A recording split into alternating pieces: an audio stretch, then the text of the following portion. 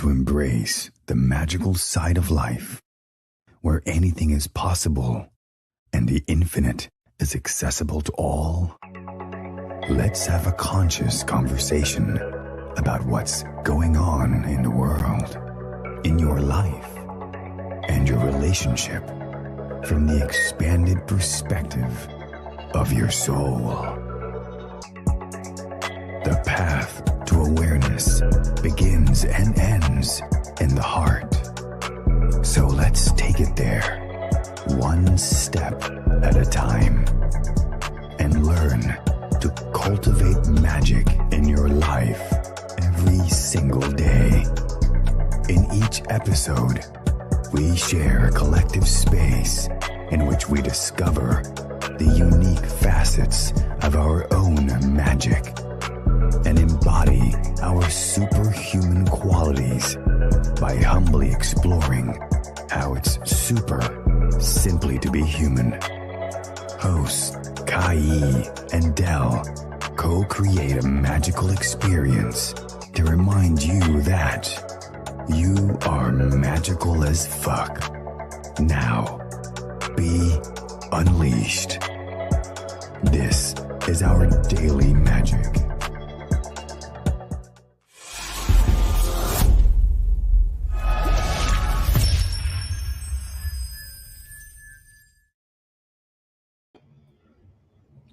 Welcome. Miggity, miggity, miggity, Mike. How's my voice sound? Sounds like you're on a mic. Ooh. I can hear it too with the headphones and stuff. So I'm like, oh, sounds pretty good. Good. So let's see here. I'm opening up the live. It's just and then we'll get started. Cool. I already see some comments in there already. Appreciate you guys. You know what this is. This is another exciting episode of our Daily Magic Podcast. This is a unique episode. It's like every other episode. But the cool thing about this episode today is just me and Kai and whoever decides to show up here for this magical conversation. Hello. So you guys heard the intro. You're magical as fuck. And we're going to have a conversation to prove that to you guys. And this one is a topic that Kai decided to create. So we're going to co-create this conversation together. But like I always say in every other episode, this episode is going to be as magical as it can be, but that magic also includes you. So whoever's in here with your comments, with your likes, your love, questions as well, this is going to be a live interactive conversation, and let's do it. So I already said my name. I already said her name, but let's do the formal introduction. I am Dell, and this is Kai. Okay. And yeah, like Dell said, we're talking about emotional intelligence today. What had this come to mind is that I've been really sitting with how it is that I've been feeling lately. I've even been doing some like journaling, right? But when I look at or think about, where I am right now in terms of how it is that I feel and, the emotions that are coming up and how I deal with them, I just had a thought like, is that even really different than how I dealt with my emotions, like, let's say 10 years ago? And if I think about it, I would say yes. And then also I would have a follow-up question for myself being, all right, well, how is that different? And does different actually mean better? Is it more productive, so to speak, to just be in your raw emotion when you're expressing it? Or to be with that part of yourself that's feeling the emotion and express it in another way? It's like, well, is that less authentic? Is that more authentic?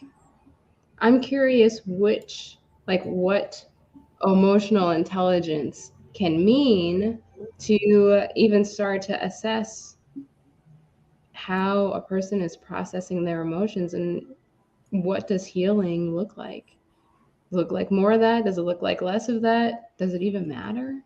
All these questions came up. So I said, why not talk about it on the podcast? And here we are. And here we are. So with all that investigation that you've been doing, Mm-hmm. I got the sultry, seductive voice right now. With a little hint of Morgan Freeman. Yeah. Nah.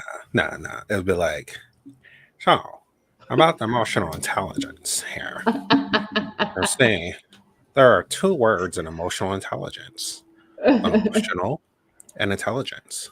The question is, which one is the most important one? Or maybe they both have their own importance in their own way. Mm. But from your own discovery, what have Mm-hmm. you been? What have you discovered? What has been your revelation? You said that you have taken a look at way you process emotions 10 years ago. What did you discover then? And what do you discover now? One of the differences that I discovered is that Rosemary is hilarious, by the way. Ooh. And we have a first timer. Welcome. This is totally interactive. Feel free to ask questions, comment, say what's on your heart, on your mind. Yeah. And even for you guys, what does emotional intelligence mean to you? Right. Right. I'm about to record meditations with this. So to continue to answer your question, I felt like I was being more authentic with myself currently.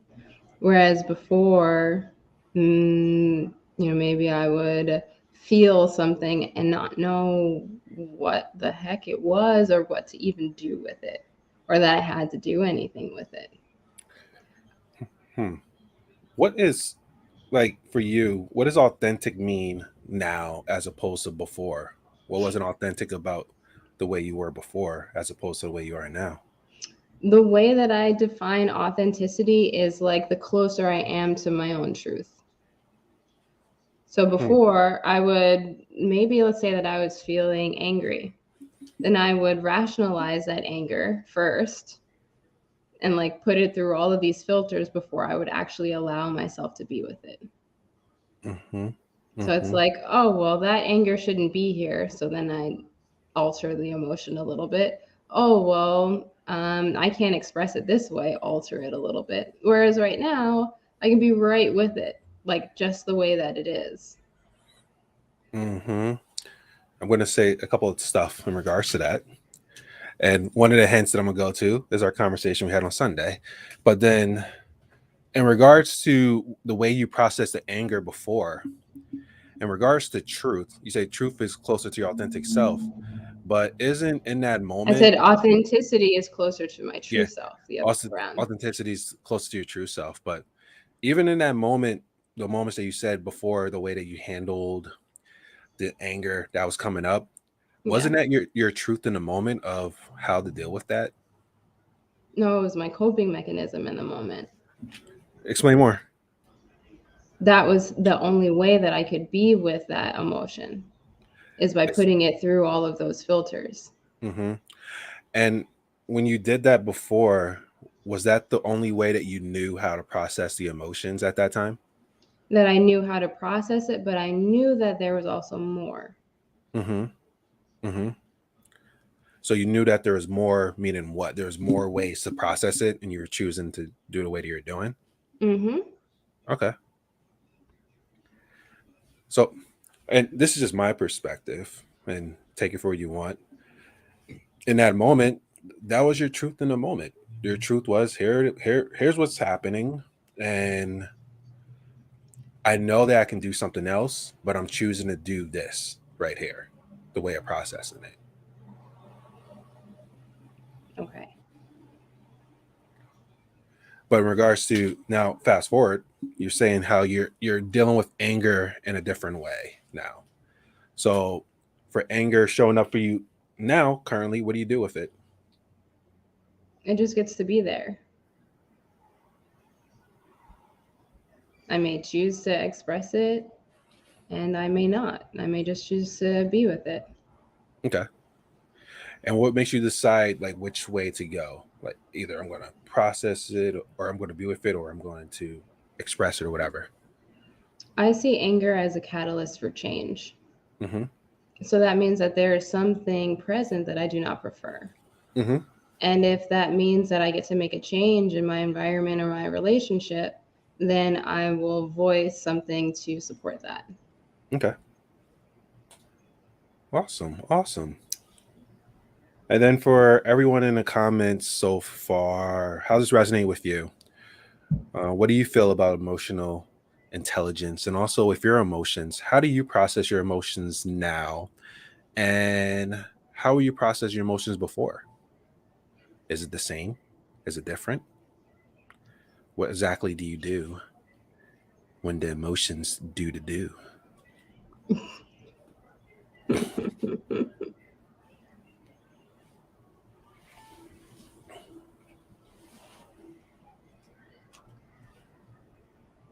What about you?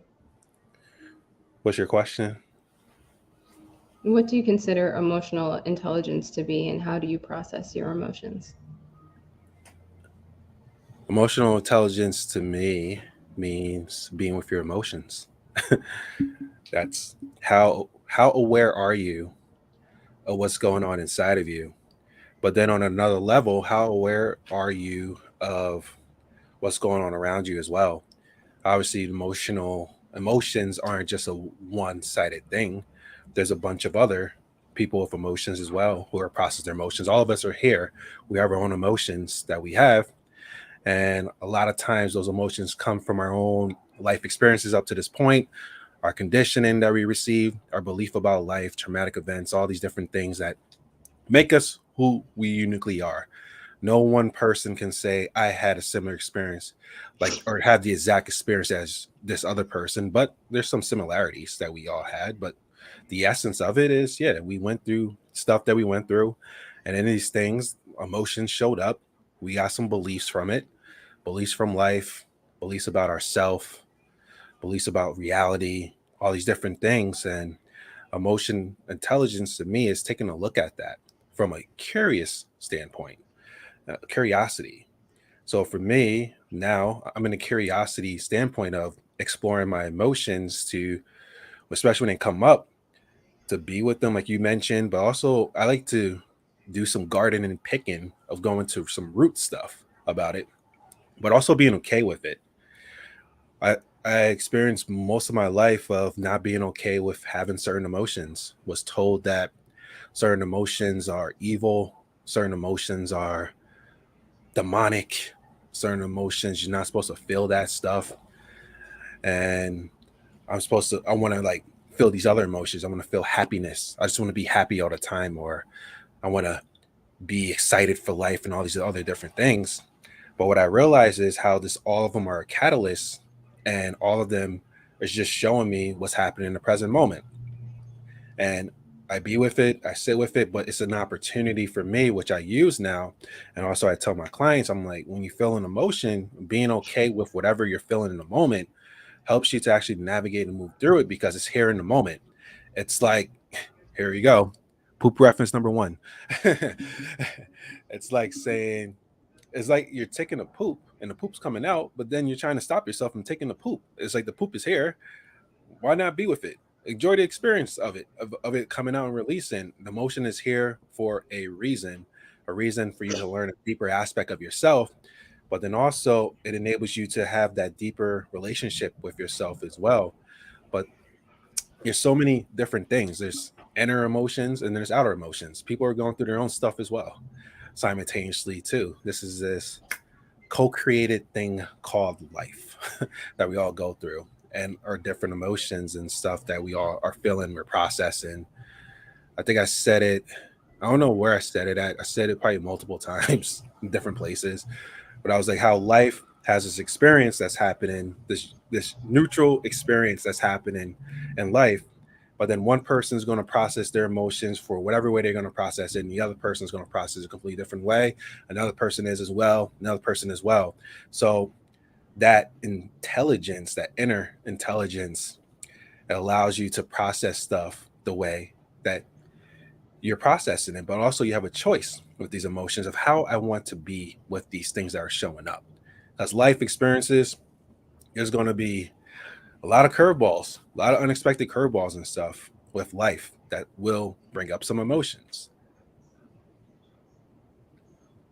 I see that we have a bunch of comments here. Yes, Rosemary says, I'm no longer afraid to feel my raw emotions. And by doing so, I feel intelligently intuitive more than ever before. When Mm-hmm. I was younger, I could feel my emotions and that of others, yet I wasn't given the space to feel and express them in a comforting environment. I felt as a Mm-hmm. child really connected emotionally, and it was a challenge being me with those emotionally absent. Now I use my gift and I love it. And Rosemary says, Kai and Dell are bringing some insightful food. Yum yum.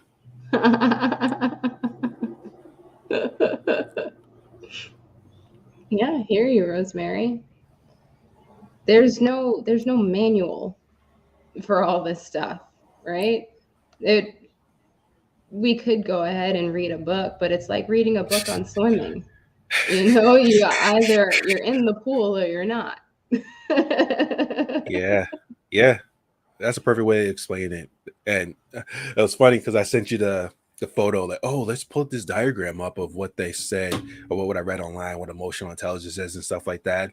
And pretty much like even that is what somebody else decided, oh, this is what it is, type of thing. And it's like, yo, we're infinite, we're universal, but the books and these things could be like a little compass, but like the swimming thing, you're not going to learn how to swim until you swim. You can read all you want about swimming, but until you get your ass in the pool, you're not going to be able to swim.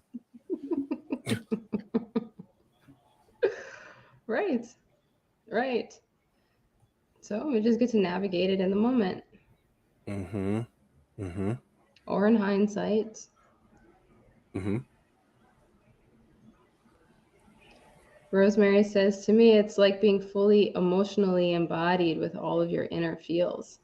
Mm-hmm. And like Dell was saying earlier, you're embodying them whether you think you're embodying them or not. Oh yeah. It's just, are you aware of what your embodiment is actually entailing in the moment? Yeah.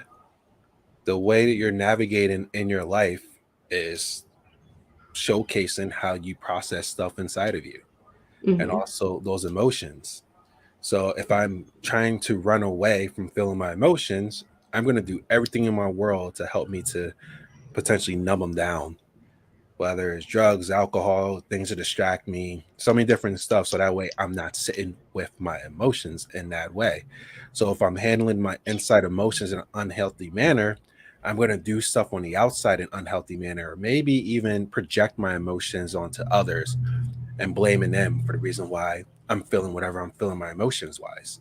When it's like, yeah, it's not like your emotions are out here. Right, right.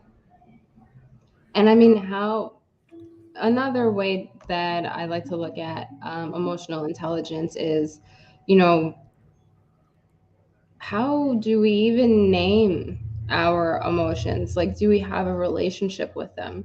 A lot of times when I ask people, how are you feeling? I'm good.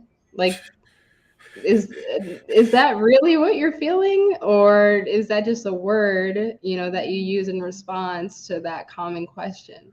And even if you were to name what you're feeling, can you actually do that? Are you okay with maybe you're feeling more than one thing at the same time? Mm, Are you okay with, just feeling into that moment as opposed to just replying or responding? Like, did you actually go and look and see what you're feeling when you answered that question? mm, mm. A Or lot of maybe, times, oh, go ahead. no, you go ahead. Go ahead. Go ahead. Go ahead. You're about to drop something. Go ahead and drop it. One of the words that I tend to feel when a person asks me how I'm feeling is conflicted. and I want to segue into what Dell does too. And I don't necessarily believe that conflicted is a bad thing, but I do believe that there's something there to explore. Let's say that I'm feeling happy and also I'm feeling sad at the same time. And to me, I may feel conflicted in that moment just because I have two quote unquote opposing emotions. Maybe it's not that I feel that I need to choose one, but that's just what the space is charged with at the moment. So, what do you have to say on conflict, Dell? Hmm. I like what you just said with the happy, you're happy and sad. So why is there a conflict if you're feeling happy and sad? Which is a curious question. Like in that moment of feeling both, why do you feel conflicted? Hmm. It's just the word that comes to mind when I have two things that are opposing in the same space. So my curious question to you in regards to that is, it's a simple question. Are you finite or are you infinite? Infinite. So do you feel infinite is just one thing? It could be perceived as one thing, and it could also be perceived as many or all things. Mm-hmm. It depends on the person's perspective. Mm-hmm. It's like talking to, like giving a talk at a conference. Mm-hmm. You're talking to many people, but you're also talking to one crowd. Mm-hmm. Yeah. So it depends on how it is that, or where it is that I'm viewing the emotions from. If I'm viewing the emotions as I, Mm-hmm. then that means that there's a lot of assumptions that comes with I. Mm-hmm. But if I'm just being, then there's no perspective that's needed. Both of them can just be there. Mm-hmm. Mm-hmm. Yeah. That's it. Being. And the level of awareness that you are with that. So when emotion comes in, so I'm this, I'm that, I'm this. But then that when you're having all these series of emotions that are coming through simultaneously, and that's exactly the perfect way of explaining my series or my past couple of weeks. But I'm realizing I'm infinite, so I'm all of that stuff, and it's okay. But before it's, oh man, why am I feeling sad? Why am I feeling angry? Like all that, the judgment towards that stuff, or the conflict of feeling like I need to be this. I got to choose between either this or like this. This is it, one way. But the more that I have been in that space of infinite and beingness, but then also one of my curious questions, and this is a curious question I use and apply to my life. I'm like, God is infinite. God is everything and everyone. And like, God doesn't have conflict with itself. God is just experiencing everything simultaneously. So if my essence is from that, then it makes sense for me as well. What goes on inside of me is just like the same thing what's going on inside of God, which is everything. So all this stuff inside of me is everything that I'm experiencing. Can that include conflict? Yeah, it could include whatever you want. Whatever's going on, it's happening now. It's like it's happening in this moment right now. So if it's here, it's here. I have conflict about stuff as well, but it's funny because the quote they were talking about yesterday when it was like being at peace doesn't mean that conflict won't arise. Choosing peace means that you're going to be with the conflict in a peaceful way instead of being at conflict with the conflict, release the more conflict. Mm-hmm.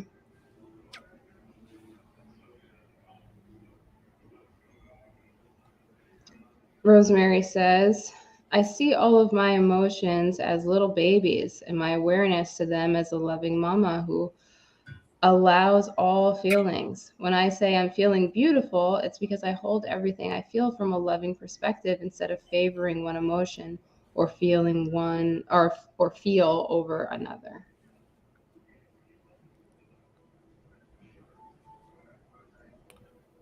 That was great. I had to put a heart emoji on that one.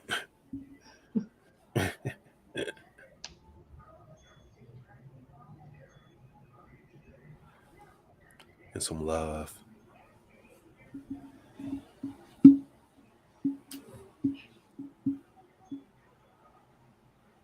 Good. Thank you, Rosemary. Yeah. Thank you, Rosemary. Thank you, Peter. And hello to everyone who's here as well. We asked a question because we're talking about emotional intelligence. And one, like, what is emotional intelligence to you? But then two, what do you do with your current emotions that you're experiencing? How do you be with your emotions? Or if you don't be with your emotions, or are you selective with what emotions you decide to feel as well? There's an interactive conversation, as Kai mentioned.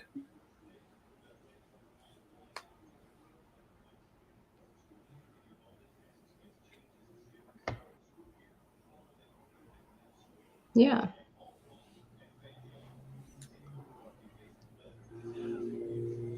So if you notice that you're in that space still, how do you go from conflict to peace?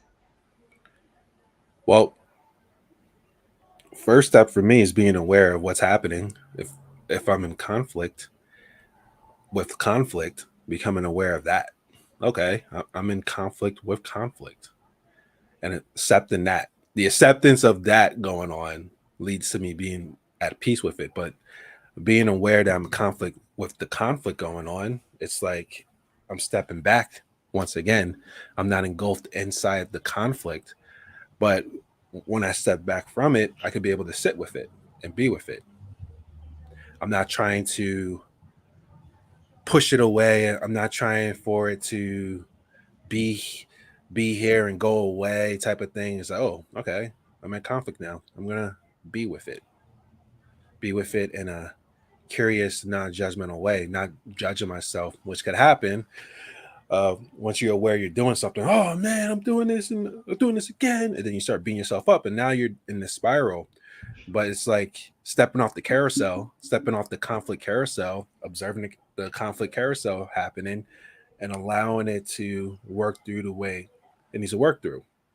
But I just realized that first step is becoming aware and accepting it and not judging myself for it or beating up the conflict that's going on as well. Right. What about you? Yeah, I feel like anything other than being with what is a way to get away from it. Mm-hmm.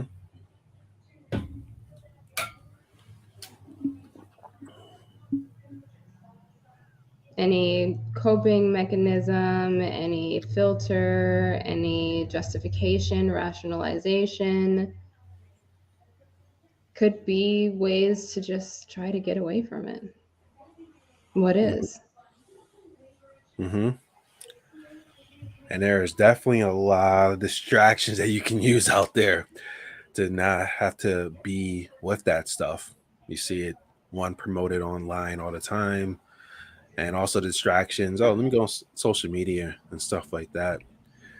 It was actually interesting. I was talking to somebody yesterday, and the person said, uh, in regards to their own inner, you call them inner demons and stuff that they have from previous experiences that they haven't really allowed the opportunity to process it. And what they say is like it keeps showing up and it keeps showing up, but when it shows up, what I do is I just decide to go smoke some weed, and then it goes away. But then like for me, I'm like, but it's still there. It's like this trash is a trash bag, and instead of me getting the trash bag and putting it in the trash can and throw it away, I'm grabbing the trash can and I'm putting it in my closet and think, oh, that's it, it's done. But then like it just keeps festering and festering and festering, and doing that way. And I was like, I've been there before, but like I am a truth be told type of person. Let's tell you what it is. I'm like that's bypassing. You're bypassing it. You're bypassing like what's happening because it's part of you is coming up for a reason. But then, oh, let me throw it away. Let me put it in the closet type of thing. It's like if Jaden came to me talking about whatever he's going through and I just throw him in the closet.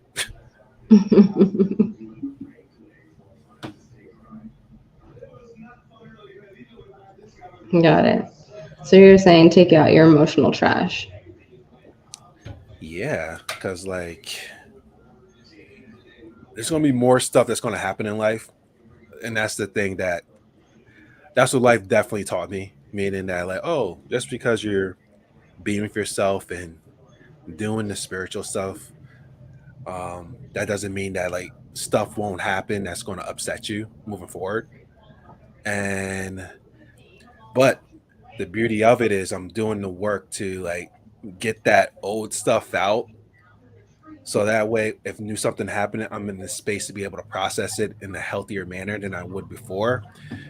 And not doing that, it's like you're piling all this stuff on, and then more stuff comes on, and then more stuff comes on, and more stuff comes on. And that's why it can seem like when you first take a look at that stuff, there's like chaos in there because like you're storing all this stuff. It's like the inner hoarder of unprocessed emotions.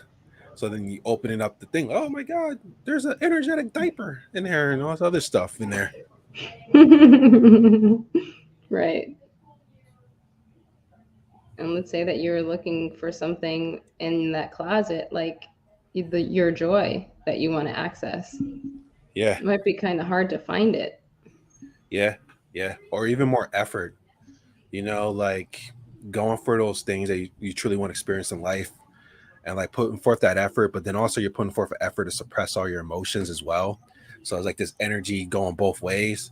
And now just imagine if you process all that stuff going on inside you, and you continue to work with that, just how much energy you're actually going to have to start to create more of the stuff that you want in your life or want to experience. But even maybe the stuff that you want to experience in your life is just ways to try to cope with what's going on inside of you as well. Right. Like I feel not enough, so I need a partner to always be there and always give me emotional support, and I'm gonna be very needy to that partner. Or I'm not enough, so I need to get that high paying job or whatever it may be. Or I'm insecure in myself, so I need to get with somebody that I can control so I can feel a sense of power.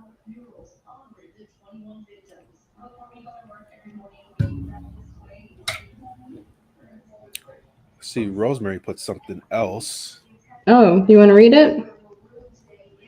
Sure. I'm just waiting to see when it's going up. So on the video on I'm using my computer, it's like kind of slow, but okay, you got it up now. All right. So it says from conflict to peace. I first go to my breathing and become aware of how it feels and the impact it has upon my body. The more I consciously breathe, the more thoughts I receive. And from there, I choose again who I am being. I also love the reverse enlightening that Kai gifted. Oh, the reverse engineering. I said environment. Where did I get environment from? Whoa. Uh uh are the words starting to shift and stuff? Like what's going on here? Reverse environment. I'm like, dang, that was some this is still deep as well. The reverse engineering, because that's actually her skill trait. She says she loves how to reverse engineer stuff. So you're actually speaking her language right now. It's like her love language. I reverse engineer. That's my love language. Oh, You're right, it is. see, One of them.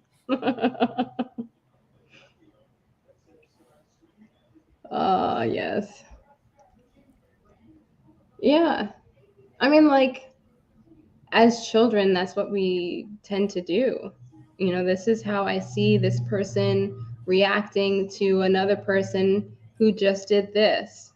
mm-hmm, And then it can be internalized, mm-hmm, especially at a young age where a person is just absorbing, absorbing, absorbing. mm-hmm, So looking for a role model to, reverse engineer and to, create a way to be out in the world is something that happens quite a bit mm-hmm. for younger people. Indeed, and we are definitely watching our environment at a young age. Right. That's why when I became aware of that, when I got more spiritually mature, I was like, okay, I gotta shift my beingness, not even just for myself, but like I don't want to be the reason why my son has to have therapy later on.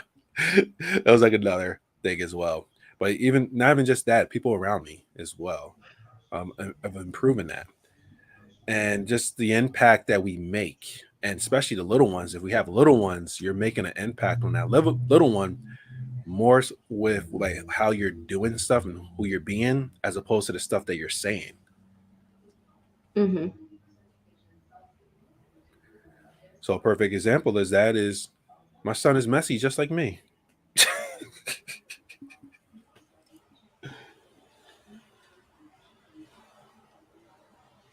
This is true.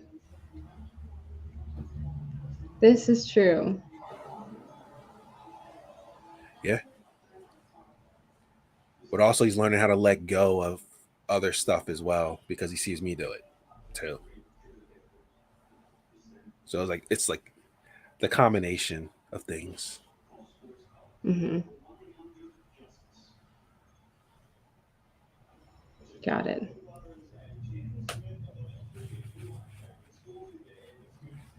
So how does that feel to know that you have such an impact on someone and that they may pick up your unhealthy habits? It's it's like a not it's like a it's enlightening of knowing that, but more so because like as a child, and I know from my child experiences, and I'm sure other people can agree with me, but personally for me, my childhood experiences was my parents was like my gods in my life. So what they say is the absolute truth, and whatever they say is the truth, and I got conditioned to believe that way.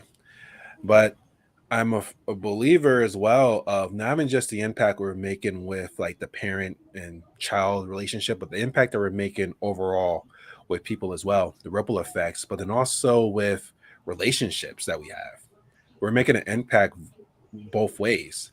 The partner is making the impact on the other partner in ways that they may see, they may not see as well. But the emotional impact that goes on when you are like emotionally invested into something. Simultaneously, I have this Vikings jersey, and I'm going to do content about this as well of emotionally invested in being overly emotionally invested in something that has a harmful impact.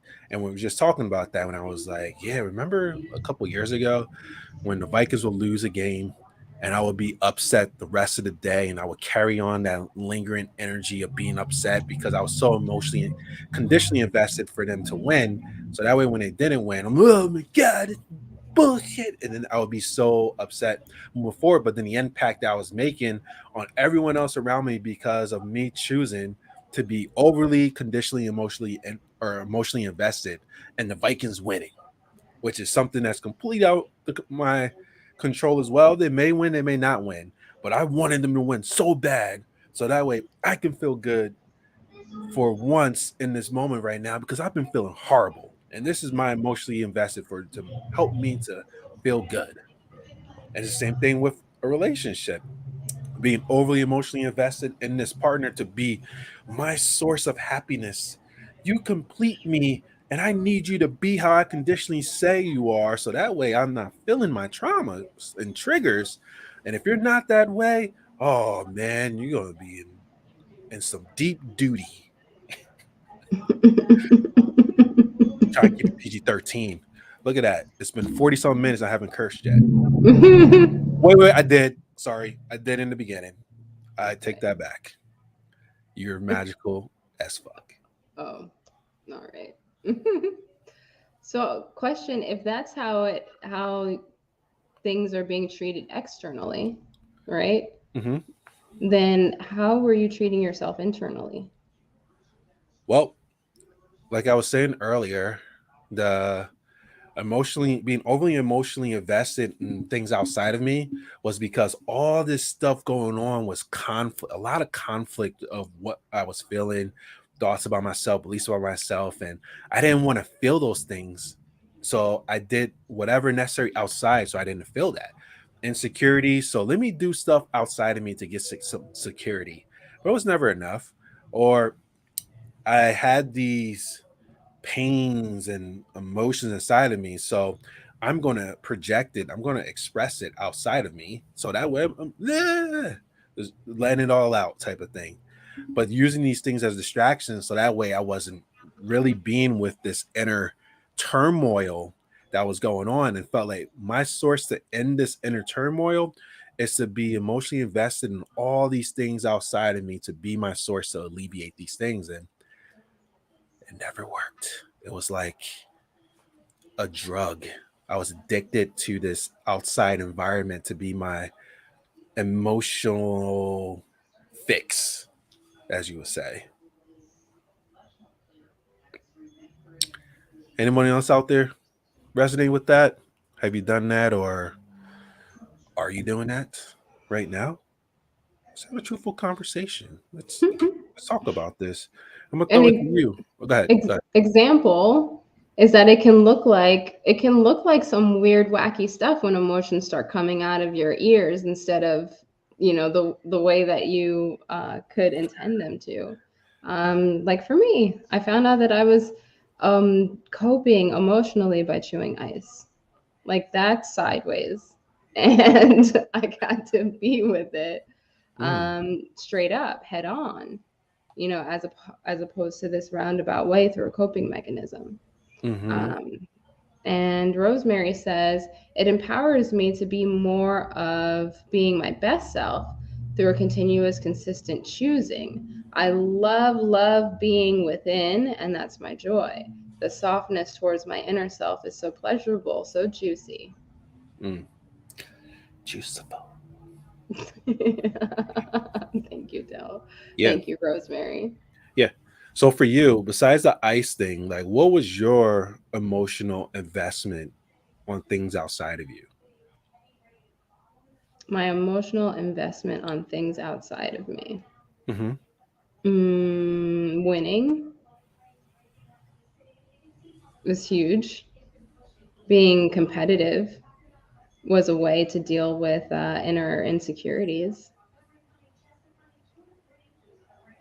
Mm, can you say the question one more time? Yeah.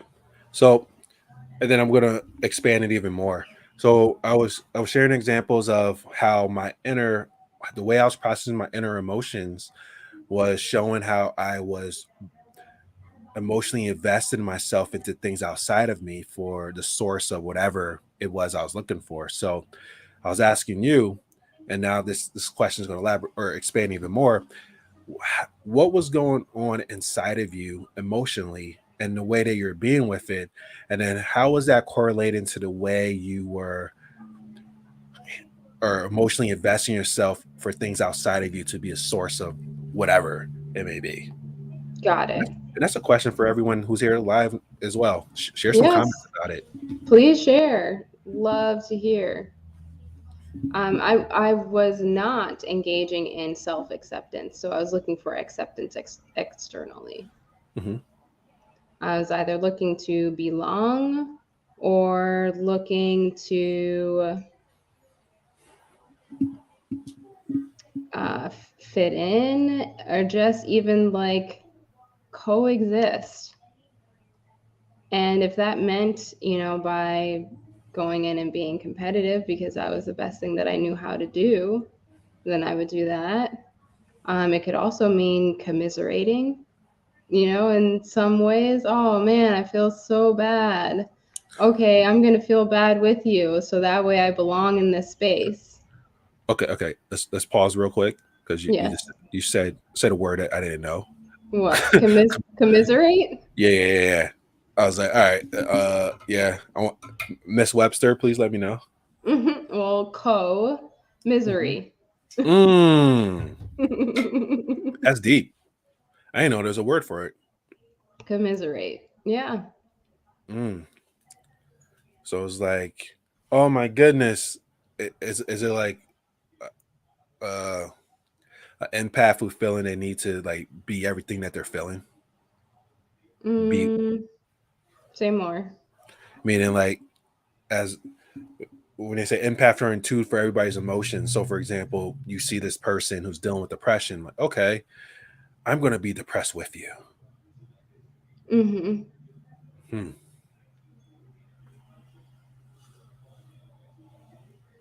That's interesting. That is very interesting. And also, I know that you're not the only one who has done that, or people who may be doing that right now. So that is pretty powerful.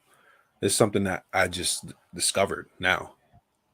Well, I mean, think about a room of people who are, let's let's say that it's a room of Viking fans, and the Vikings just lost. But let's say that I have this special situation over here where the opposing team got me a lot of fantasy points. Mm-hmm. So I'm really happy, but the room is upset. Yeah. So I may choose to express, oh man, Vikings lost, but actually be really happy inside and forfeit my Mm-hmm. emotions to be a part of the crowd. Mm. Yeah. And that goes back to what we were talking about earlier, the conflict. Mm-hmm. And what if it's okay to be both? Remember, what was it last year when the Vikings were playing the Packers, and I did that parlay to win 15 grand. And one of the things that needed to happen happened like out of nowhere, like in the fourth quarter, but then the Packers got the lead. And then you saw me like, yes, like cheering because that happened. But then I was like, come on, like, oh man. And then people like, wait, why are you cheering for that? And then I said why I was cheering for it, but then why I also was upset with it. So I was actually being both simultaneously in the same moment, type of thing. But yeah, it just reminded me of that type of thing, what you just said. Got it. Yeah. Yeah. Rosemary says, oh, you want to read this one, Del? Which one? In my past one? Mm-hmm. Okay. Sweet. Okay. So Rosemary says, in my past way of being, I used to place more value on others more than my own values. Then it broke me. It hurt my mind and brought me to my deepest despair. Deepest, I said deepest, deepest despair. Just enough for me to taste my own self neglect, and I no longer could run. Hmm, that's deep. And yeah, you're definitely not alone with that. I feel that we all have done this before, putting other people's values and beliefs above ours. Just think about the conditioning that I was saying that we all receive as kids, as this authoritative figure that we call our parents. You feel like they're the absolute truth. Or maybe we try to challenge their truths. I definitely did when I was younger. And I got whippings for it. But then I became afraid of actually honoring myself first for the fear of that happening again.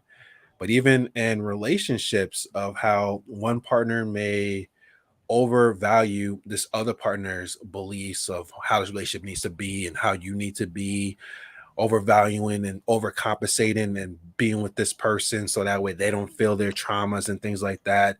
So there's a lot of factors that happen with that, even within the corporate world, overvaluing the opinion of your boss because their superiority, what they say goes, and even at the detriment of your boundaries being stepped on as well. This can show up in so many different ways. And like Rosemary mentioned, of becoming aware of her own neglect, neglecting your truth for the sake of somebody else's quote unquote truth being more valuable than your own truth. And that, once again, back to that inner conflict that we were talking about as well. And she also said, I totally get that, Kai. That's why y'all two are together, because you guys resonate with each other. And because we allow ourselves to not resonate all the time too. Yeah, yeah. But it's like those little the essence, meaning like those essence beliefs and the similarities with that. But then with that, you guys had your own unique journeys that you had in regards to those certain beliefs and stuff like that. That's why I love to talk about things on the essence level, because it resonates with so many people. I can't say like, oh, my journey is like your journey. No. But on the essence level, the stuff that I experienced and the beliefs I had, there's a lot of people who had that same belief or having it right now. And it's the same with each and every one of us. That's why like our magic is pretty powerful. Our sharing our magic, which is the essence of our journey and the stuff that we overcame and the stuff that we dealt with, and sharing it in a way that's like that is your magic directly from source, higher intelligence, God, whatever you want to call it. You can call it the rock or I don't know. But your magic is that essence of your journey, and using that to create your magic and create more magic into the world and discover your magic. That's right. That just came out of nowhere. That's a or nice segue. or somewhere.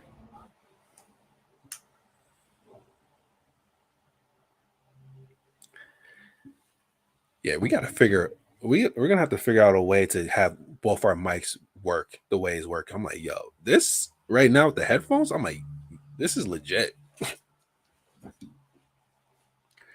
That was a segue, but I digress.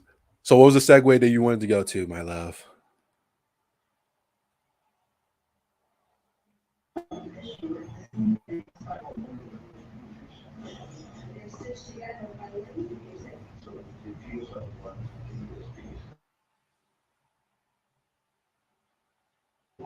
Can you hear me?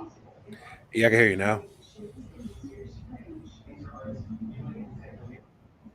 Okay, cool. It sounds like the perfect time to take us out. Take us out. We're about to get kidnapped or something. Oh.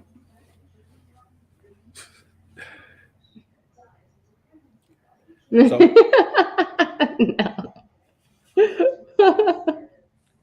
so yeah, take us out, boo. I We brought us got in one here. more comment from Rosemary. Said, I would love to be in the same space with both of you. Vibesing and being. Yeah, but the thing about it, Rosemary, is Awesome. you're already in here with us. You're already in Thank this space with you. us. And remember that if you want to be in the space with me and Dell, you can book a free soul chat.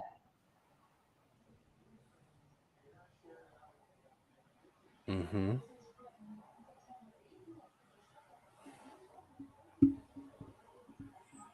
That's true too. This is the space. We are the space. All right, everybody. See you next week and stay magical. You've been listening to our Daily Magic Podcast with Kai and Dell. Please like, subscribe, and tune in next week for another magical episode. Visit www.ourdailymagic.com for more. Thank you for listening and have a magical day.